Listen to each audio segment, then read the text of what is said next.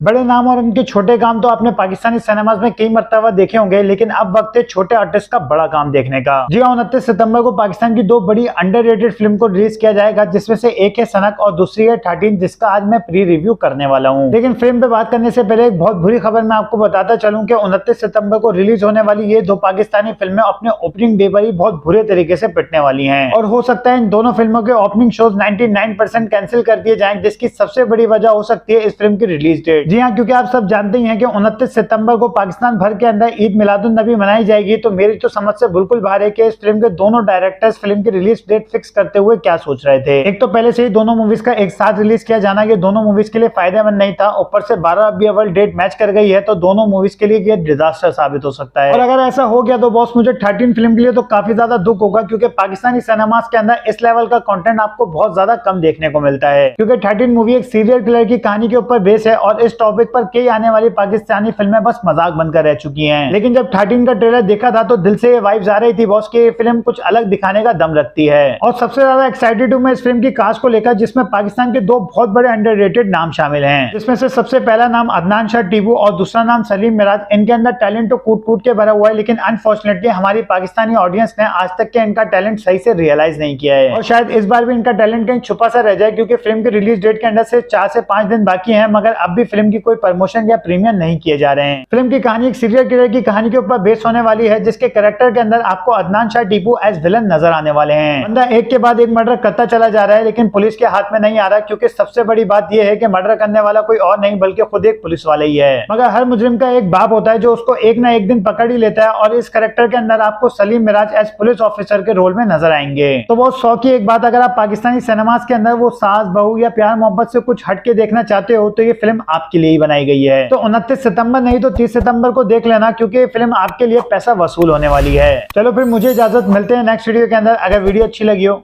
तो सब्सक्राइब जरूर करते हैं।